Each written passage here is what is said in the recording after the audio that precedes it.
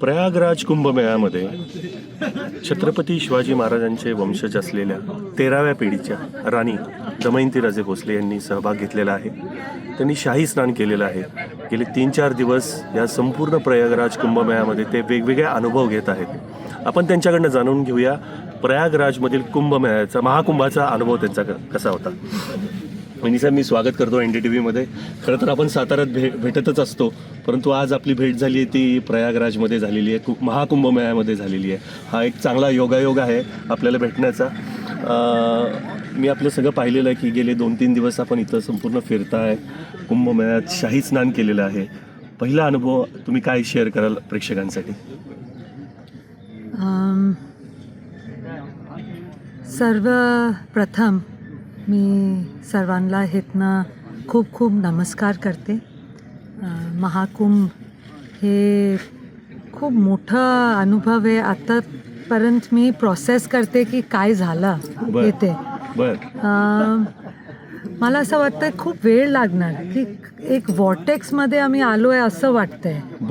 जैसे कि यहाँ पे देखो तो ऐसे धुंधला मिस्ट भी छाया हुआ है जी. ऐसे लगता है कि कहीं और ट्रांसपोर्ट हो गए हैं. जैसे कि कहीं और पहुंच गए हैं, देवों के इलाकों में पहुंच गए हैं.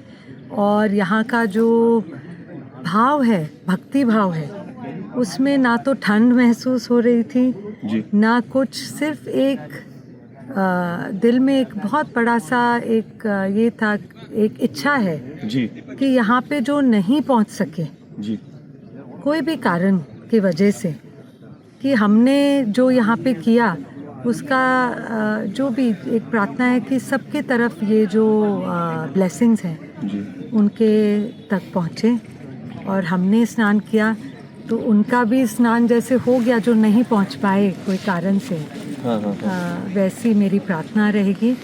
और बहुत जैसे कहीं पे भी गए तो इतने साधु संत महात्मा महंत उनके आशीर्वाद मिले हैं. उसका अनुभव कैसे मैं एग्जैक्टली शब्दों से कैसे डिस्क्राइब करूं. एक बहुत पर्सनल प्रोसेस भी है, लेकिन सबके लिए इतना बोल सकूंगी कि पूरे देश विदेश में, पूरी दुनिया में इतना बड़ा मेला कोई सोचे भी ऑर्गेनाइज करने का तो सोच ही नहीं सकते हैं. अच्छा. तो थोड़ा प्लान कर सकते हो, पर बाकी भगवान ने बहुत साथ सबको दिया है यहाँ पे. और देखने लायक तो मैं नहीं बोलूँगी, अनुभव करने लायक है. अच्छा. और ये मेरा अनुभव है यहाँ का.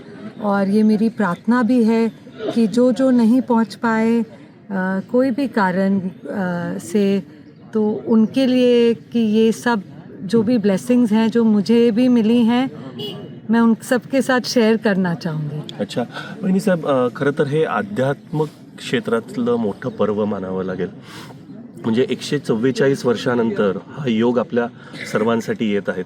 इथं देश विदेशातून अगदी फॉरेनर्सपासून सगळे इथं येत आहेत खूप, आणि अगदी सामान्य माणूस पण तो त्याचा अनुभव घेत आहे. एकंदर हा जो महाकुंभ आहे, ह्या महाकुंभातनं प्रत्येकाला काहीतरी वेगवेगळं मिळालेलं आहे. आज तुम्ही एका मोठ्या रॉयल फॅमिलीमधनं येता, तुम्ही हा सगळा अनुभव घेता. स्पिरिच्युअलनेसबद्दलचं काही एक्सप्रेशन्स तुम्ही सांगू शकाल का, की हा जो अनुभव आहे आध्यात्मिकतेचा, तो काय सांगाल? आध्यात्मिक आणि धार्मिक हे दोनोंचं मिलन आहे तिथे. ग्रेट. आणि एक अलग एक्सपीरियंस है. मुझे तो सच्ची में ऐसे लग रहा है कि कहाँ एक बहुत सौभाग्य है, बहुत भाग्य का बात है कि हम यहाँ पे पहुँच पाए हैं. और शिवाजी महाराज का जो इतना मोटा वारसा है, यहाँ पे सबने मिल के, हमारा ये प्रयत्न था कि हमारी खुद की स्पिरिचुअल जर्नी है ये जी. लेकिन जैसे हम यहाँ पे पहुँचे और उनको पता चला कि इस परिवार से हैं, स्टेट ने तो पूरा प्रोटोकॉल दिया ही है जी, लेकिन बाकी हर साधु संत महंत इतने अलग अलग, मतलब शंकराचार्य मिले जी, बद्रीनाथ के शंकराचार्य जी, फिर द्वारका पीठ के शंकराचार्य मिले, और बाकी बहुत बहुत महान महान संत मिले हैं. इतना आदर से, इतने सम्मान से कि जस्ट फील वेरी हम्बल्ड अच्छा, शंकराचार्यांची आपली भेट झाली आणि मला वाटतं स्टीव्ह जॉबच्या ज्या पत्नी होत्या ते पण कैलासानंद महाराज ते पण भेटले. मला वाटतं द्वारकापीठचे शंकराचार्य भेटले आणि प्रत्येकाने, मी आपल्या समवेत होतो त्यावेळेस, तर त्यांनी जे काही तुम्हाला तुमच्याशी चर्चा केली ती पण जरा दर्शकांना कळली तर बरेल थोडक्यात. शंकराचार्यांचं आपलं जे काय बोलणं, द्वारकापीठचे जे शंकराचार्य होते, अच्छा, ते म्हटले तुम्ही 4 धाम करा. अच्छा.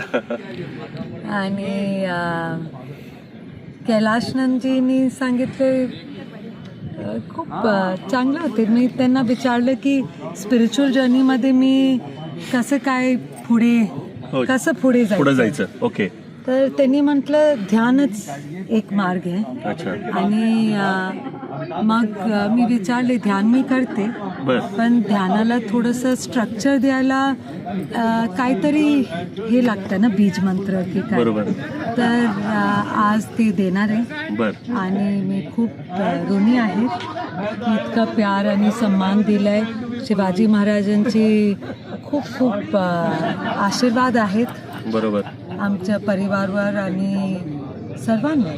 आणि ते इथे येऊन मला खूप सन्मान मिळाला आणि हे परिवाराला सन्मान दिलाय.